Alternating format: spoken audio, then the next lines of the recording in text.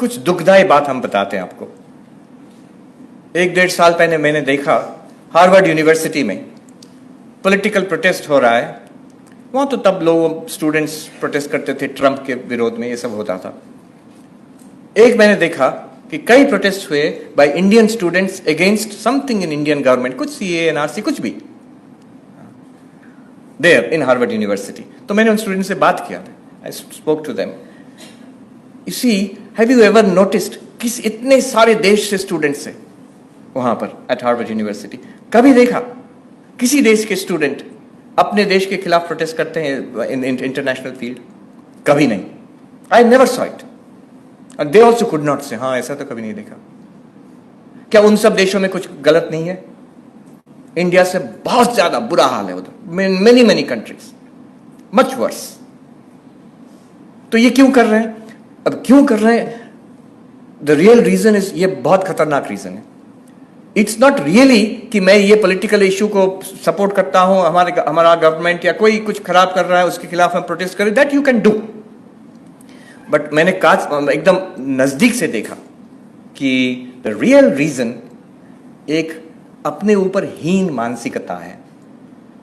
I tell you, दे में सी, सम of the students में सी, उनको बुरा भी लग सकता है कि मैं बोल रहा हूं उनके बारे में ऐसा, लेकिन it's not just them, it's in all of us, उसमें है।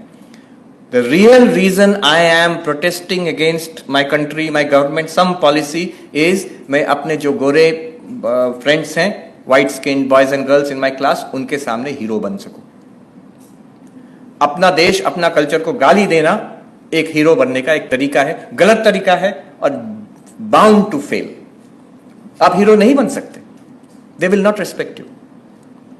लेकिन कहीं लगता है हम इनसे नीचे हैं तो कैसे इनकी बराबरी करें। I'm also very cool. Being cool is, I'm also very cool. I can criticize my country. मैं इतना forward thinking हूँ।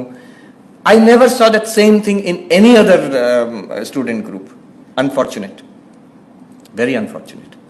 It comes from a sense of inferiority. अपने ऊपर श्रद्धा नहीं है, इसलिए अपने देश के ऊपर श्रद्धा नहीं है। Look at the difference in what Swami Vivekananda did. More than 100 years ago, one of the speakers pointed out, going there at that time when this country was colonized, when this country was desperately poor, people were starving, illiterate, under a foreign power, सब लोग नीचा दिखते थे भारत को। तब के दिनों में जाकर Swami Vivekananda in the West, at no point did he ever once criticize India. Not only that, at every time when India was attacked, he defended India fully.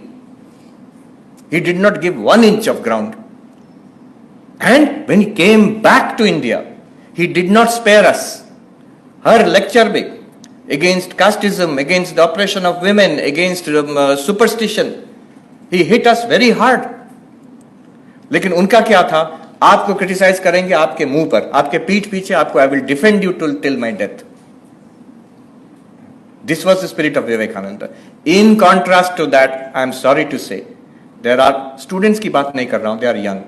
There are any number of professors in American universities, अच्छी positions में हैं, our own intellectuals, Indians, who have made an industry out of criticizing India. और तो वहां गोरे लोग confuse क्यों नहीं होंगे? ये इंडियन प्रोफेसर आके बोल रहे हैं कि इंडिया इतना बुरा है, तो students will be confused. So this is something that it comes from lack of Shraddha. I don't have Shraddha in myself. I cannot have Shraddha in my culture. एक छोटा सा एग्जाम्पल देते हैं आपको। हम पढ़ रहे थे जब at the peak of the COVID, तो यहाँ का सरकार ने they had made an announcement that इतने बजे क्या वो शब्द, शंख बजेंगे, घंटा बजेंगे, बेल बजेंगे, तो ये सब for a few minutes every day to raise the morale of the people and what not. और तब मैं पढ़ रहा था, तब I was in New York.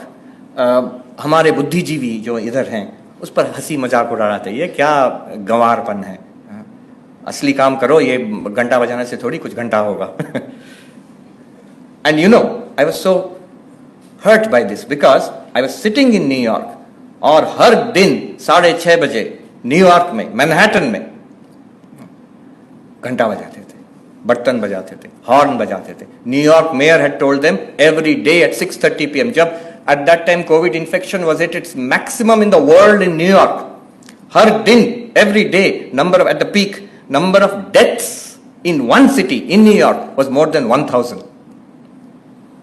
अभी भी वो हडसन रिवर के तट पर देर आर रेफ्रिजरेटेड बड़े बड़े ट्रक्स हैं, रेफ्रिजरेटेड ट्रक्स, उसमें क्या है? डेड बॉडीज हैं, कोई क्लेम नहीं किया है।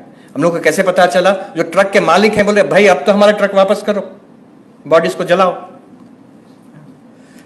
Eight that time New York mayor had said, अब now my feeling is people did not know this. हम जब बताए इंडियंस को, उनको पता नहीं था ऐसा, अच्छा ऐसा हुआ है। I can tell you with guarantee, वो सेम बुद्धिजीवी अगर उनको पता चलता कि न्यूयॉर्क में ऐसा होता है, तब वो चुप हो जाते हैं।